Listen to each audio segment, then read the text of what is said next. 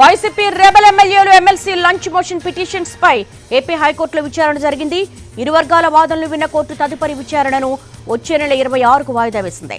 ప్రతివాదులు counter దాఖలు చేయాలని నోటీసులు జారీ చేసింది ఏపీ హైకోర్టు.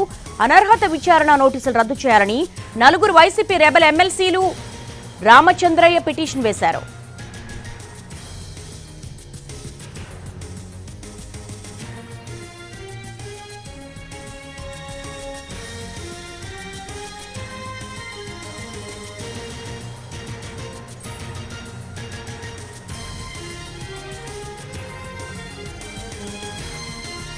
వైసీపీ రెబల్ ఎమ్మెల్యేలు ఎమ్మెల్సీ లంచ్ మోషన్ పిటిషన్స్ పై ఏపీ హైకోర్టులో విచారణ జరిగింది. ఇరు వర్గాల వాదనలు విన్న కోర్టు తదుపరి విచారణను వచ్చే నెల 26కు వాయిదా వేసింది.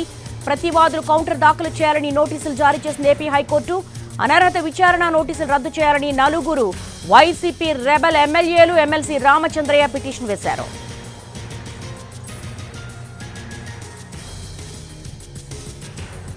వైసీపీ రెబల్ ఎమ్మెల్యేలు ఎమ్మెల్సీ లంచ్ మోషన్ పిటిషన్స్ పై ఏపీ హైకోర్టు విచారణకు సంబంధించి మరిన్ని వివరాలు మా ప్రతినిధి శ్రీకాంత్ అడిగి తెలుసుకున్నారు. శ్రీకాంత్, అసలు ఈ ఎపిసోడ్ మీద ఉదయం నుంచి ఎటువంటి పరిణామాలు జరిగాయి?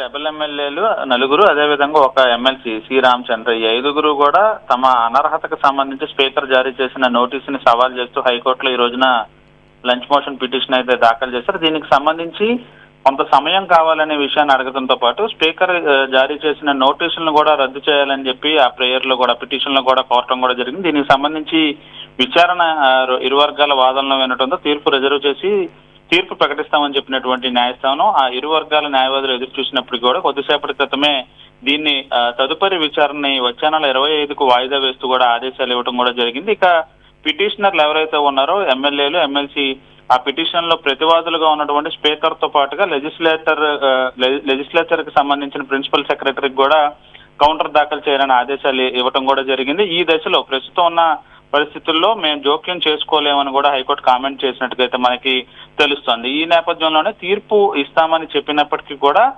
కౌంటర్ దాఖలు చేయాలని ప్రతివాదులకి నోటీసులు జారీ చేస్తూ హైకోర్టు ఆదేశాలు ఇచ్చినట్టుగా మనకు తెలుస్తుంది. దీంతో ఈ ఎపిసోడ్ అనేది వచ్చే నెల 26వ తారీఖున తదుపరి విచారణకు వాయిదా పడినట్టుగా మనకి అర్థమవుతుంది. అదేవిధంగా ప్రధానంగా పిటిషనర్ల తరపు నుంచి కూడా ఎవరైతే న్యాయవాదులు ఉన్నారో వాళ్ళు కూడా ఎటువంటి మెటీరియల్ కూడా ఎమ్మెల్యేలకి ఇవ్వకుండానే వాళ్ళకి అనర్హతకు సంబంధించి నోటీసులు స్పీకర్ జారీ చేశారు.